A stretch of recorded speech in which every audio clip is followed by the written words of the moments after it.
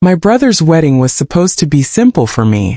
Show up, smile, stay invisible, and leave. That was the plan. I arrived at the waterfront venue just before sunset wearing a navy blue dress and low heels because my knee had been bothering me all week. I left my blazer in the hotel room because the weather was warm, and honestly, I didn't expect anyone to notice me. My seat card only said my name, Emily Carter. No title. No introduction. Just family. I didn't mind. After 12 years in the Navy, I had stopped expecting recognition. You learn that eventually. Most people only see uniforms. They never see what came before them. I was standing near the drinks table when I heard someone behind me laugh quietly. A woman's voice said, "She doesn't look important." Another answered, "Probably one of those relatives people invite out of obligation." I didn't turn around. I had spent enough years proving things to people. Tonight wasn't about me. Then the first woman said something that made me pause. "Trust me. Women like her never accomplish anything impressive." I took a sip of water and stayed silent. Then someone across the room suddenly stood up. A tall older man stared directly at me. His expression changed instantly. "Commander Carter?" The room became quiet. He walked toward me and smiled. "You're Commander Carter?" I nodded. He turned to everyone nearby and said, "This woman saved my son's unit overseas." The room went silent. My brother looked confused. His fiancée looked embarrassed. General Lawson continued, "My son told me if Commander Carter had not stayed behind during evacuation, several soldiers would not have made it home." Nobody moved. Nobody spoke. For a second I wanted to disappear. Instead I smiled politely. It was my job. The general shook his head. "No," he said quietly.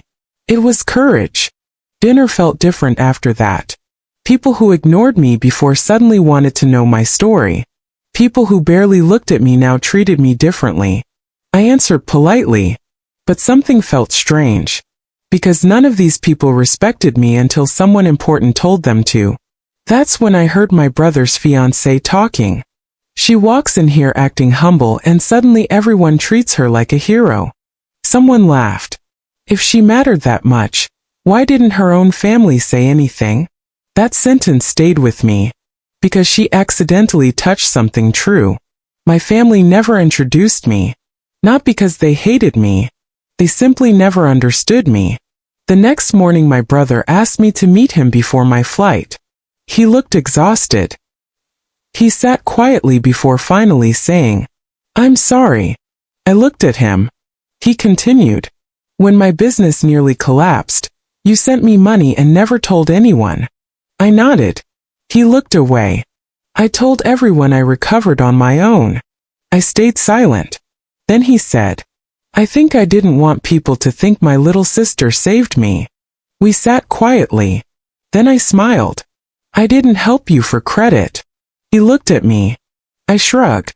Because family should throw a rope before asking questions. His eyes filled instantly. That evening General Lawson asked me to say a few words. I stood under the lights and looked around. Then I said, "People think strength is loud, but most of the strongest people I know never tell anyone what they carried." The room became silent. Then I smiled.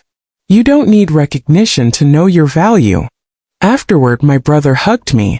Not because I suddenly became impressive, but because for the first time, he finally saw me. When my flight took off the next morning, I looked down at the city below and realized something. Sometimes people only recognize your worth after someone else points it out. If you're lucky, you stop needing their permission long before that happens.